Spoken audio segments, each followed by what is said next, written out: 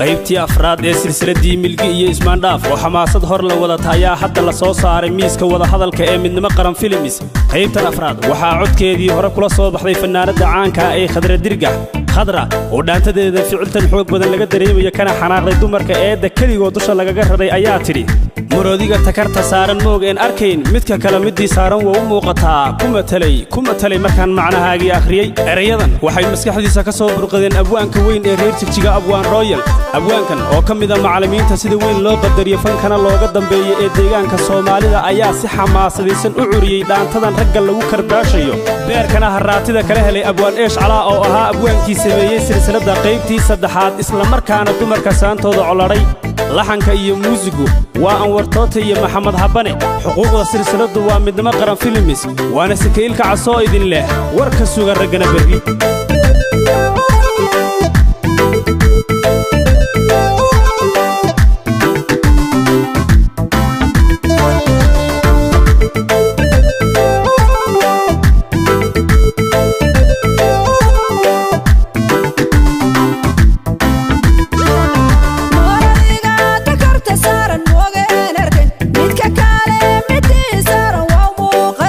ومثالي مركان معنا هاقي يغري